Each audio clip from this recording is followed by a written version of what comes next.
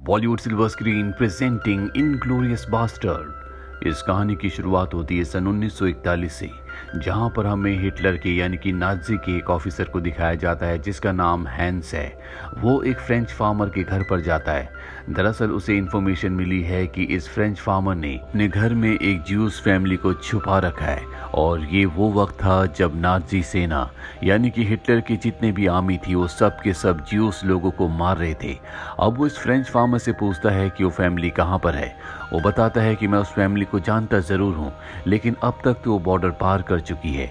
Hence कहता है कि अगर तुमने मुझे सच नहीं बताया तो मैं तुम्हारी पूरी फैमिली को अभी मार दूंगा, और अगर तुमने सच बताया तो जब तक युद्ध खत्म नहीं होता हमारी सेना तुम्हारी फैमिली की रक्षा करेगी। हैंस की बातें सुनकर वो फार्मर डर जाता है। उसे अपने परिवार की रक्षा करनी है, इसीलिए वो फर्श में एक तरफ इशारा करता है। हैंस समझ जाता है कि नीचे बेसमेंट में कोई तहखाना है, यहाँ पर वो ज्यूस फैमिली छुपी हुई है। इसीलिए वो अपनी सेना को अंदर बुलाता है। वहाँ पर कई सारी गोलियां चलती है, जिस वजह से वो सब के सब जो नीचे बेसमेंट में छुपे थे वो मारे जाते हैं। लेकिन तभी उस फैमिली की एक लड़की जिसका नाम शोषणा है वो वहां से भाग जाती है। हालांकि हैंस उसे देख लेता है, उस पर गोली भी चलाता है, लेकिन वो उससे बचकर निकल जाती है। और अब इस घटना के 3 साल बाद हमें यूएस आर्मी लेफ्टिनेंट आल्डो को दिखाया जाता है, जो अपनी सेना यानी कि अपनी टुकड़ी में जिसका नाम बास्टर्ड्स है उसमें ज्यूस लोगों को जो कि अमेरिकन ज्यूस हैं उन्हें भर्ती कर रहा है। दरअसल यूएस आर्मी ने इस डिपार्टमेंट को इसलिए बनाया है ताकि ये हिटलर की नाजी सेना को बेरहमी से मारे और उनके दिल में डर पैदा किया जा सके। लेकिन इनके चुंगल से हिटलर का एक नाजी सैनिक भाग जाता है। वो हिटलर के पास जाता है। हिटलर देखता है कि उसके सर पर यानी कि फोरहेड पर स्वास्तिक का निशान होता है, जो कि हिटलर के झंडे का भी निशान है। और वो सोल्जर बताता है कि वो डिपार्टमेंट जिसे बास्टर्ड्स कहा जाता है वो बहुत ही खतरनाक है, उन्होंने हमारे सभी सैनिकों को बेरहमी से मार दिया। दरअसल आल्डो का बास्टर्ड ग्रुप नाजीज को फ्रांस के उस हिस्से में मार रहा होता है जहां पर हिटलर ने कब्जा कर लिया है, और इस बात से हिटलर अब परेशान है। वहीं दूसरी तरफ हमें पेरिस में शोषणा को दिखाया जाता है, जो आज से 3 साल पहले हैंस के हमले से बच गई थी। उस वक्त वो 15 साल की थी, लेकिन अब वो 18 साल की हो चुकी है।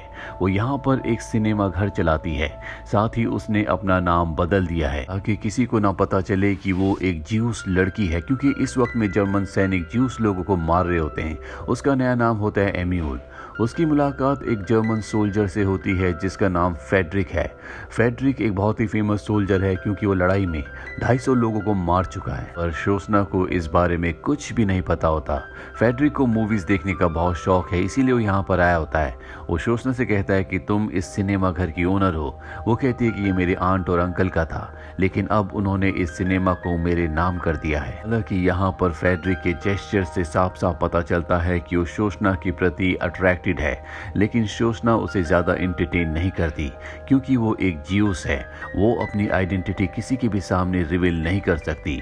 अगले दिन जब वो एक रेस्टोरेंट में बैठी होती है तो फेडरिक एक बार फिर से उसके पास आता, उससे बात करने की कोशिश करता है, लेकिन वो उसे कहती कि अगर तुम चाहते हो कि तुम्हारी एक जर्मन गर्लफ्रेंड बने तो तुम्हें किसी और को अप्रोच करना चाहिए। अभी वहां पर एक जर्मन ऑफिसर आता है जो फेडरिक से उसका ऑटोग्राफ लेता है क्योंकि वो एक वॉर हीरो है। ये देखकर शोषणा को अजीब लगता है। वो उससे पूछती है कि तुम कौन हो, जिसके बाद फेडरिक अपने बारे में उसे बताता है। अगले दिन शोषणा जब अपने सिनेमा हॉल में काम कर रही होती है तभी वहां पर एक जर्मन ऑफिसर आता है और शोषणा को अपने साथ चलने के लिए कहता है। इसके बाद शोषणा को वो एक होटल में लेकर आता है जहां पर बहुत सारे जर्मन सैनिक होते हैं। यहाँ पर फेडरिक भी होता है। यहाँ पर वो ऑफिसर शोषणा को एक फिल्म मेकर और एक एक्ट्रेस से मिलवाता है। शोषणा से बात करके काफी प्रभावित होते हैं और कहते हैं कि हमारी फिल्म का जो प्रीमियर होगा वो तुम्हारे सिनेमा हॉल में होगा। और तभी यहाँ पर हैंस आ जाता है, जिसे देखकर शोषणा थोड़ा सा घबरा जाती है क्योंकि आज से 3 साल पहले हैंस ने उसके परिवार को मारा था और उसे मारने की कोशिश की थी, लेकिन उस वक्त वो बच गई थी। हैंस शोषणा से यहाँ पर बात करना शुरू करता है क्योंकि उसके सिनेमा हॉल में जो अब मूवी का प्रीमियर होगा वहाँ पर जर्मन के बहुत बड़े बड़े ऑफिसर्स आएंगे, जिसमें से हिटलर भी एक होगा, और उस जगह की पूरी सिक्योरिटी की जिम्मेदारी हैंस के ऊपर है। शोषणा उसे सब कुछ बताती है कि किस तरह से सिनेमा हॉल पहले उसकी आंटी और अंकल का था, लेकिन उनकी मौत के बाद अभी उसका हो चुका है। हैंस उससे पूछता है कि प्रोजेक्टर को कौन ऑपरेट करता है। वो बताती है कि उसे एक नीग्रो ऑपरेट करता है। हैंस कहता है कि हिटलर कभी नहीं चाहेंगे कि उनके लिए कोई नीग्रो किसी प्रोजेक्टर को ऑपरेट करे, इसीलिए प्रोजेक्टर को तुम्हें ऑपरेट करना होगा। शोषणा कहती है कि वो नीग्रो जरूर है, लेकिन वो एक जर्मन है। हैंस इसके बाद यहाँ से चला जाता है। शोशना जो कि हैंस की प्रेजेंस से उसके सवालों से बहुत ज्यादा घबरा गई थी, अब वो रिलैक्स होती है।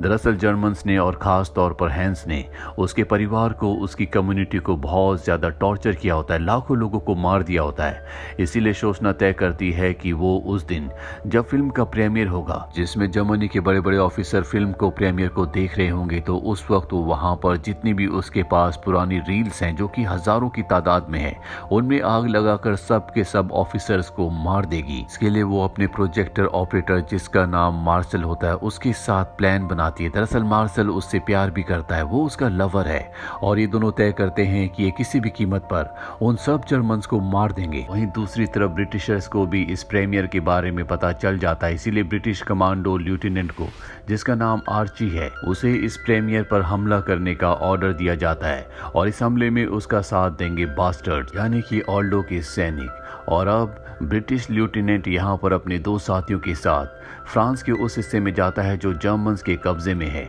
और यहाँ पर वो उसी फिल्म स्टार से मिलता है जिसे शोशना होटल में उस फिल्म मेकर के साथ मिली थी। ये एक जर्मन फिल्म स्टार है, लेकिन ये जर्मनी के साथ नहीं है, बल्कि ये एक एलाइड एजेंट है, यानी कि ये जर्मनी के खिलाफ जो भी लोग जंग लड़ रहे हैं उनका साथ देती है। और अब जब ब्रिटिश लेफ्टिनेंट अपने दोनों साथियों के साथ यहाँ पर होता है, तो वो इसी फिल्म स्टार से बातें करता है। यहाँ पर सब के सब जर्मन सैनिक हैं, उन्हें कहीं ना कहीं शक हो जाता है। वो फिल्म स्टार, वो एक्ट्रेस उन्हें बचाने के लिए कह देती है कि प्रीमियर के दिन ये मेरे बॉडीगार्ड्स होंगे। अब ये सब के सब यहाँ पर बैठ जाते हैं, पर गलती यहाँ पर ब्रिटिश लेफ्टिनेंट से हो जाती है। वो 3 शैंपेन का ऑर्डर देता है, और शैंपेन ऑर्डर करने के लिए जो वो इशारा करता है वो जर्मन्स का इशारा नहीं होता, बल्कि ब्रिटिशर्स का इशारा होता है। और यहाँ पर सभी जर्मन्स को पता चल जाता है कि ये ब्रिटिशर्स हैं, जिसके बाद इस जगह पर गोलाबारी होना शुरू हो जाती है, और इस गोलाबारी में सब के सब मारे जाते हैं। यहाँ पर सिर्फ वो जर्मन एक्ट्रेस बचती है, साथ ही एक जर्मन ऑफिसर। ये दोनों के दोनों छुप जाते हैं, और तभी यहाँ पर एल्डो आता है, जो उस जर्मन ऑफिसर से कहता है कि उस एक्ट्रेस को हमारे हवाले कर दो, मैं तुम्हें यहाँ से जाने दूंगा। वो जर्मन ऑफिसर कहता है कि ये एक धोखेबाज है, इसने अपनी कंट्री को धोखा दिया है। और तभी उस एक्ट्रेस को मौका मिल जाता है, वो उस जर्मन ऑफिसर को मार देती है और एल्डो के साथ इस जगह से निकल जाती है। एल्डो उसे क्लिनिक में ले जाता है, जहाँ पर उसके पैर पर मरहम पट्टी की जाती है, क्योंकि उसका पैर बहुत जख्मी होता है।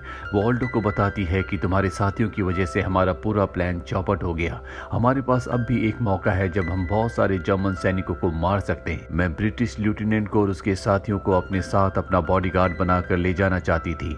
ऑल्डो तय करता है कि अब वो उसके बॉडीगार्ड बनकर उसके साथ जाएंगे, ताकि सिनेमा घर में जहां पर प्रीमियर चल रहा होगा, वहां पर कई सारे बड़े जर्मन ऑफिसर्स को एक साथ मार सकें। वहीं हमें नाजी ऑफिसर यानी कि जर्मन ऑफिसर हैंस को दिखाया जाता है, जो उस जगह पहुंचता है जहां पर गोलाबारी हुई थी, और वहां वो देखता है कि उसके एक साथी के हाथ में एक रुमाल है, जिसमें उसी एक्ट्रेस का साइन है, जिससे उसे उस फिल्म स्टार, उस एक्ट्रेस पर शक हो जाता है। वहां पर उसे एक फीमेल सैंडल भी मिलता है, और अब वो उस एक्ट्रेस से मिलने के लिए जाता है और पूछता है कि तुम्हारे पैर पर प्लास्टर कैसे लगा।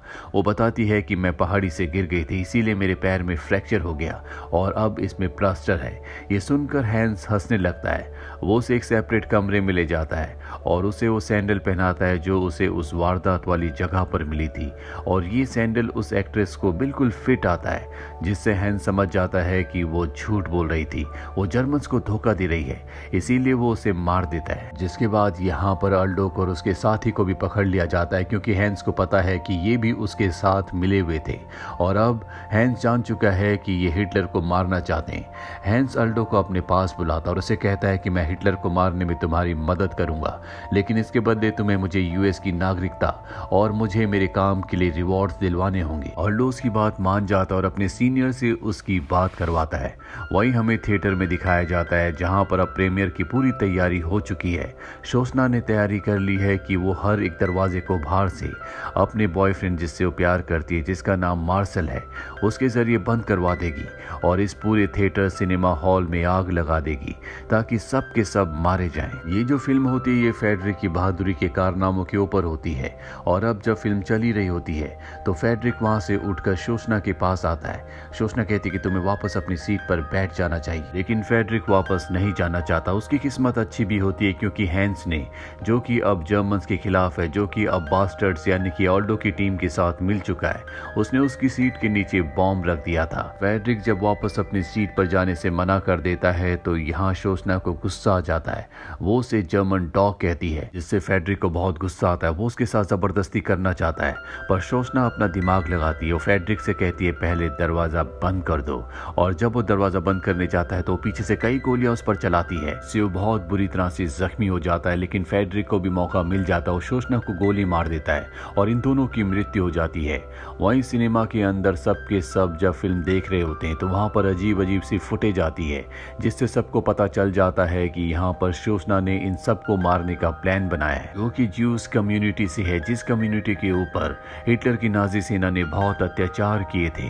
अब जो मार्शल होता है बाहर से दरवाजे बंद कर देता है और स्क्रीन के पीछे जहां पर उसने फिल्म यानी कि जिससे फिल्म को चलाया जाता है उस रील को इकट्ठा कर रखा होता है, जिस पर बहुत तेजी से आग लगती है, उसे जला देता है। जिसके बाद हम स्क्रीन में शोशना की फोटो को देखते हैं, यानी कि उसकी रिकॉर्डेड वीडियो को देखते हैं जिसमें वो हंस रही होती है। अब ऑल्डो की बास्टर टीम के 2 लोग ओपेरा बॉक्स में पहुंच जाते हैं, जिनके पैरों में विस्फोटक लगे हुए हैं। वो यहाँ पर नाज़ीज़ पर गोलियां चलाते हैं, जिससे वो लगभग सभी को मार देते हैं। और तभी एक बहुत बड़ा विस्फोट होता है। इस विस्फोट में सिनेमा हॉल के अंदर हर एक इंसान मारा जाता है, जिसमें हिटलर भी होता है। वही हमें हैंस को दिखाया जाता है, जो अपने साथी के साथ अलाइड की टेरिटरी में होता है, क्योंकि अब उसे सरेंडर करना है, जिसके बाद उसे यूएस की नागरिकता मिलेगी। ऑल्डो भी उसके साथ होता है। ऑल्डो उसके साथी को मार देता है और कहता है कि तुम्हारे साथ हम कोई सौदा नहीं कर सकते। वो उसके फोरहेड पर स्वास्तिक का निशान बनाता है, जैसा कि वो हर जर्मन के साथ करता है, ताकि युद्ध खत्म होने के बाद भी सबको पता चल सके कि वो नाज़ी का एक सिपाही है। और ये एक तरह की ऑल्डो की एक मोहर अपने दुश्मन के सिर के ऊपर भी होती है। और इसी के साथ ये फिल्म, ये कहानी यहीं पर खत्म हो जाती है। उम्मीद करते हैं कि ये कहानी आपको पसंद आई होगी।